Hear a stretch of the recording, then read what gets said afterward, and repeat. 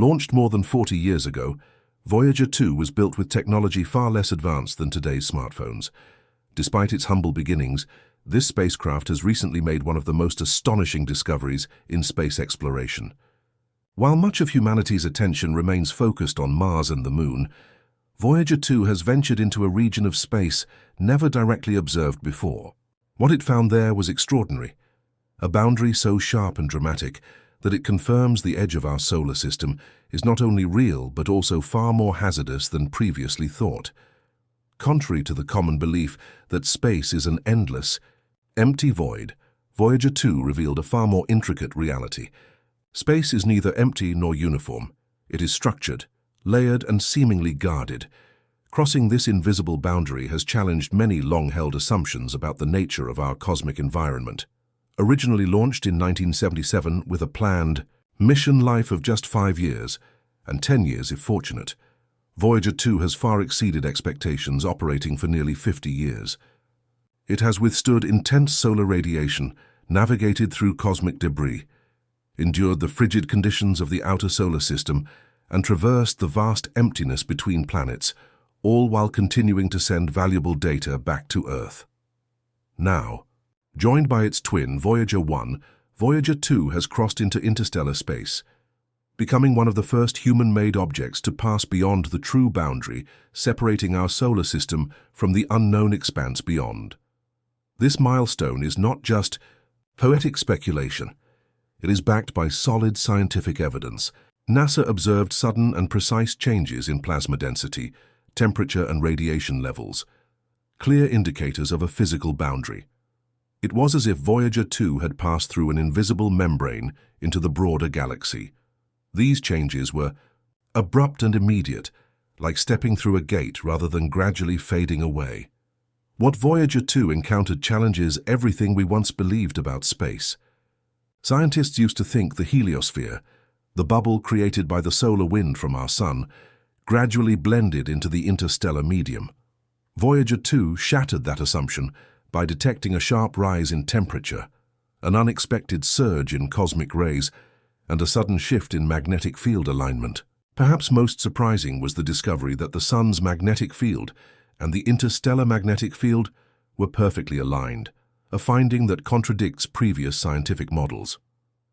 Upon crossing into interstellar space, Voyager 2 recorded a 70% increase in galactic cosmic rays, suggesting that the heliosphere acts as a protective shell, shielding our solar system from the galaxy's violent energies.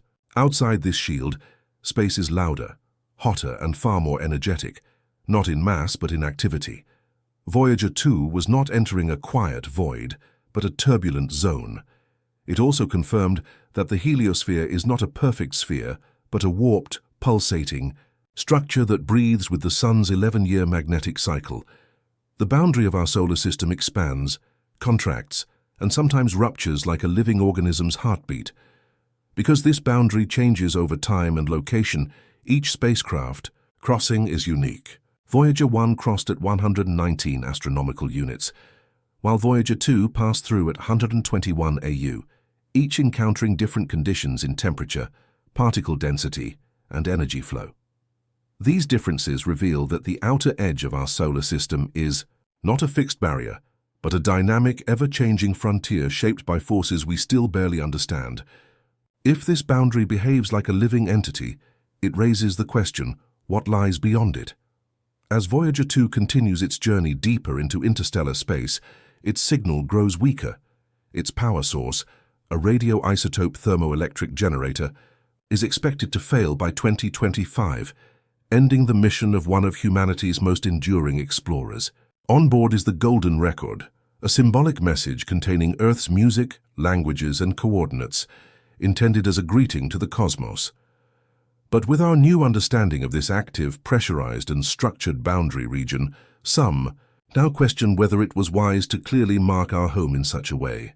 This part of space is far from passive, and we have left behind a signpost pointing directly to Earth. Some see this as bold, others as reckless, but there is no way to retrieve it now. Voyager 2 has become a part of the stars, drifting through, a realm where physics twists, radiation intensifies, and space seems to whisper differently. Though we may never hear from it again, its final message is haunting. We are not floating into nothingness. We have entered something. Scientists celebrated Voyager 2's entry into interstellar space, but quietly noted the suddenness of the boundary crossing, the sharp spike in radiation, the magnetic field shift, and the plasma wall. It all seemed too precise, almost like a sensor triggered by the spacecraft's passage. What if the heliosphere is not merely a shield, but a monitored checkpoint? This idea might sound like science fiction, but Earth is one of the rare known cradles of life, and as we stepped outside our protective bubble, space responded, not slowly, but instantly. Could we have activated something simply by leaving? Voyager 2 continues to transmit strange anomalies, electromagnetic spikes and unexplained readings. While some attribute these to aging instruments, a few events stand out. For example, in 2019, Voyager 2 suddenly lost power, shutting down and restarting hours later, as if rebooted. Engineers called it a glitch, but what kind of malfunction? Disables a spacecraft for hours and then restores it unharmed. Could this have been caused by external interference? Perhaps Voyager 2 is interacting with forces beyond our current understanding. Maybe we aren't just sending signals into the void. Something might be listening back.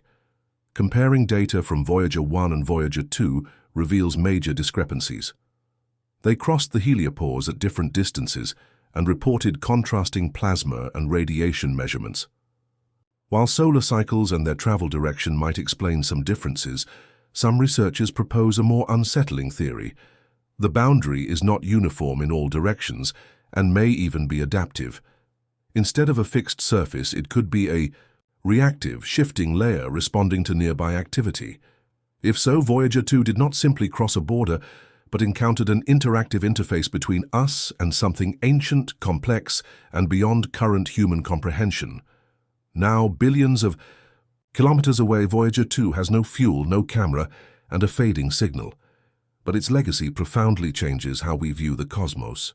It compels us to see space not as an empty backdrop, but as an active, structured, and responsive system. With this realization comes a chilling question. Have we just knocked on a cosmic door that was never meant to be opened?